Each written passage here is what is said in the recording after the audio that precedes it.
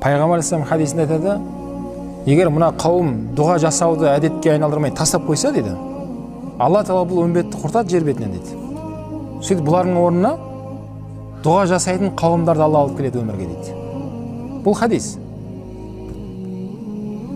Демек осы дұғамызда мүмкін біздің өмірімізге әсер етеді. Сөзсіз. Дұғамызда болашағымызға, өмірімізге, күнделікті тіршілігімізге сөзсіз әсер етеді. Осы дұға айтпаған кезде адамдар сосын бір-біріне айтуға өтіп кетті қазір. Сын айтады бір-біріне, мұңын айтады, проблемасын айтады. Ол проблеманы шешпейді олар.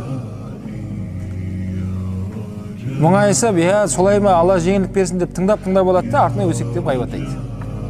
Адамдарға айтпаңыз мұңыңызды. Ол проблеманы айтатын, бірақ ол Алла, және бірақ орын ол сәжде дұғада.